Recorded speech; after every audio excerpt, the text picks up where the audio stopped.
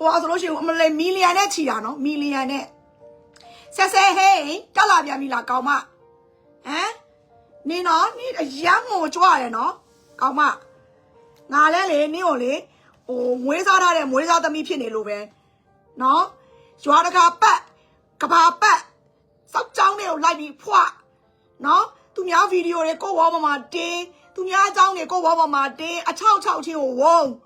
နော်နင်ဘယ်နဲ့တယောက်ကနင်ကိုတရားဆွဲမလဲတော့မသိဘူးနော်အေးနင်တတိထားဆက်မိဆယ်နော်နင်ခိုတနေ့ကလည်းနင်ရေးထားတယ်နော်မိတ်ကလင်းကိုနင်အရန်နေနော်အများကြီးတွေအချင်းချင်းခွဲဒီလောကတွေကသူလဲ gay ကိုလဲ gay LGBT ချင်းကိုဘာလို့အဲ့လောက်ကြီးအရန်ကြီးဝုန်းတာလဲ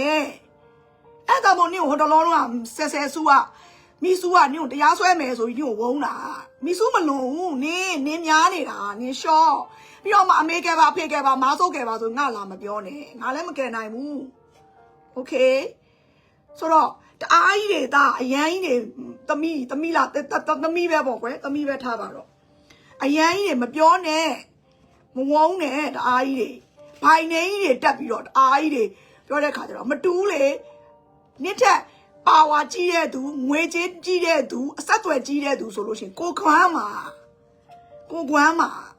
မဆိုးကစေတနာနဲ့ပြောတာဆက်ဟင်းဟိုချစ်လို့တခုခုဖြစ်သွားမှာဆိုလို့ကိုမွေးသားထားတဲ့ကိုသမီးလိုပုံစံမျိုးလေးဖြစ်နေလို့ကိုက